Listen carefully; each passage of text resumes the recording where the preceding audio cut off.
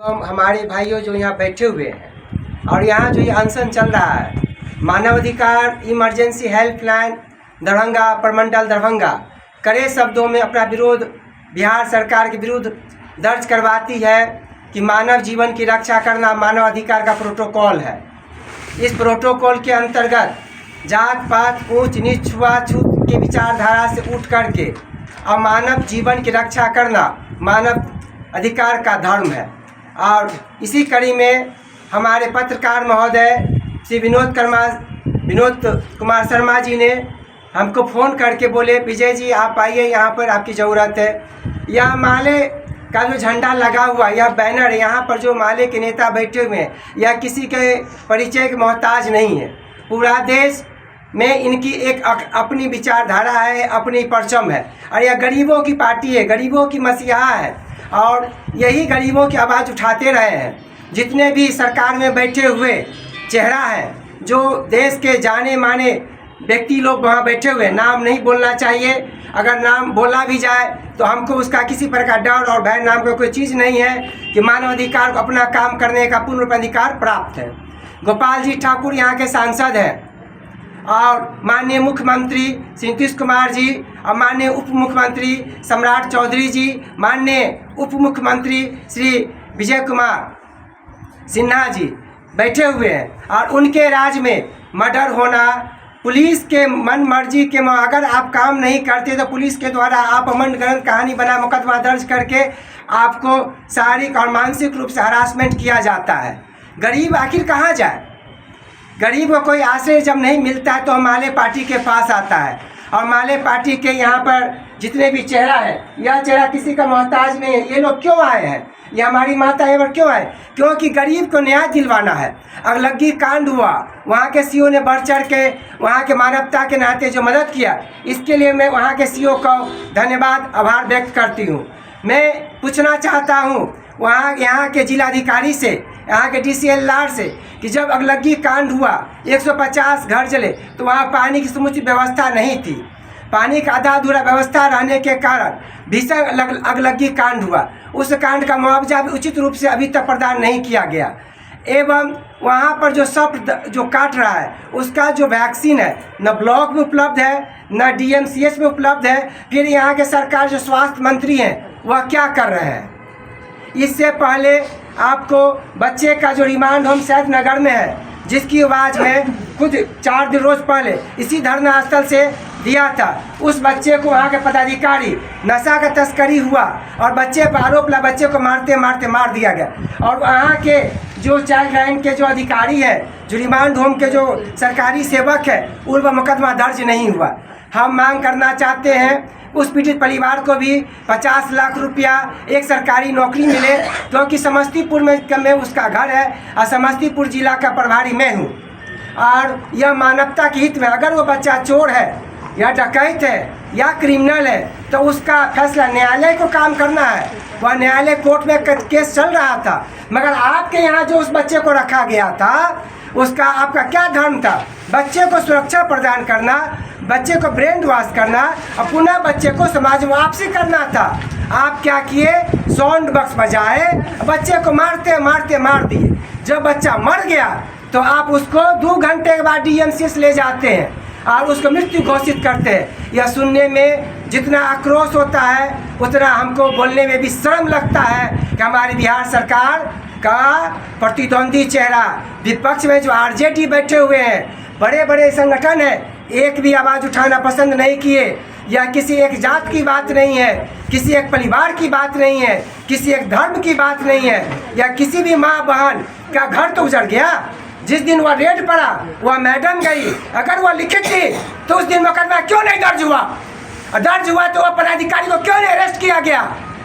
इसमें कौन पदाधिकारी शामिल है? DM साहब अपनी नाक बचाने के लिए यह कर दिए। हाँ, माननीय चीफ जस्टिस हाई कोर्ट और माननीय प्रधानमंत्री नरेंद्र मोदी जी से कहना चाहता हूँ, उनके CP सलार से कहना चाहता हूँ, सर आपका दौरा हो रहा है, आप यहाँ पुनः वोट के लिए मिथिलांचल के धरती के विकास के लिए अरबों खरबों रुपया दे रहे हैं। थोड़ा जेल प्रशासन को भी देखे, यहाँ के जिला प्रशासन को देखे, यहाँ के गरीब गुरबों को देखे और इस चेहरा सबको भी देखे। यह झूठ का चेहरा नहीं है, वहाँ पर अनशन किए हुए हैं, वही कोई झूठ नहीं है, यह सत्य का स्थल है। यहाँ व्यक्ति सत्य बोलने के लिए अपनी बात को सरकार के कानों तक पहुँचाने के लिए आते हैं। जब व्यक्ति थक जाता है तो मानवाधिकार की मजबूरी होती है उस बात को आपके कानों तक पहुँचा करके उसको न्याय दिलवाना। यहाँ का पुलिस प्रशासन आए दिन झूठा मुकदमा करता है, किसी एक थाने की बात नहीं है, कईयन थानों की रवैया है। मारना, झूठा मुकदमा करना, टॉर्चर करना, आज जिसको चिन्ह रहे हैं और रुपया ले करके केस डायरी को ढीला कर देना, ये तो आम बातें हो गई है। पब्लिक भी जानती है मगर डर से नहीं कहती है, मगर हमें कहने में कुछ गुरेज नहीं है। आज देखिए घुसरम्मा पंचायत में एक मामला है, एक दलित समाज से आते हैं। ये संतोष जी बताइए, वो दलित समाज से आते हैं, उनका नाम क्या है? जी मनोज राम उनका नाम हुआ। मनोज राम है, उनको घर छुड़ाया, इस पर आप क्या कहना चाहते हैं? हाँ, मनोज जी को कहना चाहते हैं कि उनका जो आवेदन यहाँ के अधिकारी सीओ और थाना को दिया गया, अगर उस पर कार्रवाई हुई तो वह बेचारा घर छोड़ क्यों भागा? दलित होने का यह अपमान कब तक वह सहेगा? उसका भी तो मान सम्मान, प्रतिष्ठा और इज्जत परिवार है। सरकार कहती हम दलितों की मसीहा हैं, तो फिर मसीहा कहाँ है? हम किसके पास जाएं? जिला का मालिक जिलाधिकारी होता है, वह राजा है। प्रशासन के अधिकारी बड़े पुलिस अधीक्षक होते हैं, वह है। अगर वह लोग नहीं सुनेंगे, सही से उनकी बात को नहीं सुना जाएगा, बेबस होकर के वह अनशन करेंगे, अनशन से भी नहीं होगा तो आगे की जो प्रक्रिया वह करेगा। और उनके साथ मानवाधिकार है और रोड से लेकर के न्यायालय तक उनके पाँव में पाँव मिला करके संगठन के साथ, पार्टी के साथ हम लोग खड़े हैं। और पार्टी का, संगठन का जो एक राय होगा, उस राय पर बिहार सरकार को और यहाँ के जिला प्रशासन को झुकना ही पड़ेगा और उनकी बात को मानना ही पड़ेगा। अभी आपका सरकार है, लगातार आपकी सरकार चल रही है, आप बताइए, आवास सर्वे में 2-2, 3-3 हज़ार रुपया हर एक पंचायत में लिया जाता है। घुसरम्मा, रसलपुर, हायाघाट में जितना है, आप 18 ब्लॉक में देखिए, सब जगह घूस का जो है सब लाइन बना हुआ। इस पर क्या कहना चाहते हैं? आपकी सरकार है, देखिए यह हमारी सरकार है। सरकार का अंग होने के नाते यह जरूरी नहीं कि मैं हर बात में सरकार का समर्थन करूं, मगर मैं यहाँ के पब्लिक को भी कहना चाहता हूँ, यहाँ के नागरिक जो भारतीय नागरिक है, आपके पास जो आधार कार्ड है और जो आप इलेक्शन में जो मत जाते हैं गिराने के लिए, वह जो पहचान पत्र है, वह इस बात का प्रमाण है कि आप भारतीय नागरिक, इसीलिए आपका वोटर लिस्ट में नाम दर्ज है। मगर व्यक्ति खुद जाकर के घूस देने के लिए बेबस हो जाते हैं। अगर घूस नहीं देंगे तो ये बाबू भैया मेरा नाम वहाँ पर नहीं चढ़ाएगा। हम उनके आपके वीडियो के मार्फत से और मैं अपने मानवाधिकार की वेबसाइट और पुलिस के द्वारा जो फेसबुक मिला उसके माध्यम से आम नागरिक, आम गरीबों को जो पढ़े लिखे नहीं हो, उन सभी को मैं जागरूक करना चाहता हूँ। आप 1 रुपया भी नहीं दे और उसकी कागज़ को लेकर के जिलाधिकारी के पास आए, उससे नहीं तो आप हम लोग से संपर्क करें और हम लोग आपकी आवाज़ उठाएंगे। एक पत्रकार है जयंत झा, जो बहादुरपुर ब्लॉक में आवाज़ उठाए थे, और वह भी घुसखोरी का कांड था। सर्वे जो हो रहा था और जो प्रधानमंत्री रोजगार योजना के अंतर्गत था एवं आवास योजना के अंतर्गत था, उसे बहुत बड़ी धांधली थी।